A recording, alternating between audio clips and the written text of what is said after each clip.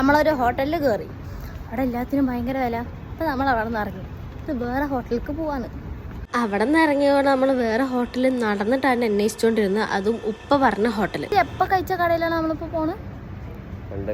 പണ്ടെങ്ങാണ്ട്. ആ കട ഉണ്ടോ തന്നെ അറിയില്ല. നമ്മൾ അതും നോക്കിയിട്ട് നടക്കുകയാണ്.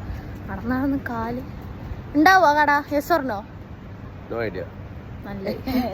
സൂപ്പർ. അന്ന് ആ ഫുഡ് കഴിക്കുമ്പോൾ അടിപൊളിയായിരുന്നു, നല്ല ഹോട്ടലാണെന്നൊക്കെയാണ് പറഞ്ഞിട്ട് നമ്മളെ നടത്തിപ്പിച്ച്. പക്ഷെ എന്നിട്ട് ലാസ്റ്റ് നമ്മൾ നടന്ന് ആ ഹോട്ടൽ കണ്ടുപിടിച്ചു. എന്നിട്ട് അവർ നമുക്ക് സൂപ്പും സലാഡും എല്ലാം തന്നു. ഷവായി മന്തിയാണ് ഓർഡർ ചെയ്തിട്ടുണ്ടായിരുന്നത്, അതും കഴിച്ചു. എന്നിട്ട് അവിടെ നിന്ന് ഇറങ്ങിയപ്പോൾ അവിടെ വീണ്ടും ഒരു പൂച്ച. കുറേ സ്ഥലത്ത് കുറേ പൂച്ചകളോട് മൊത്തം പൂച്ചപ്രാന്ത് എനിക്ക് മാത്രമല്ല, എൻ്റെ ഉപ്പാക്കും ഉമ്മാക്കും കൂടെ ഉണ്ട്. അതുകൊണ്ട് പിന്നെ അവരും കൂടിയിട്ട് എല്ലാവരും കൊഞ്ചും.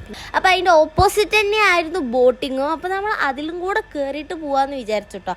അപ്പോൾ ബോട്ടിങ്ങിൽ കയറിയപ്പോൾ അവിടുത്തെ വ്യൂ അടിപൊളിയായിരുന്നു. കാരണം ആ ബിൽഡിങ്സും ദോഹൻ്റെ അവിടുത്തെ ബിൽഡിങ്സ് എല്ലാം നല്ല രസമായിട്ട് കാണുന്നത്. അതിൻ്റെ ഇടയിൽ എൻ്റെ ഉമ്മ ഇപ്പം ഇങ്ങനെ നിൽക്കാം. ഞാൻ പിന്നെ ഫോട്ടോ എടുക്കാന്ന് പറഞ്ഞിട്ടാണ് നിർത്തി വെച്ചത്. പക്ഷെ ഞാൻ വീഡിയോ എടുത്തു. ഓരോരോ ആൾക്കാർക്ക് 30 റിയാൽ മുടക്കിയിട്ട് നമ്മൾ ബോട്ടിൽ കയറി വെച്ചാൽ എൻ്റെ ഉപ്പ സ്മൈൽ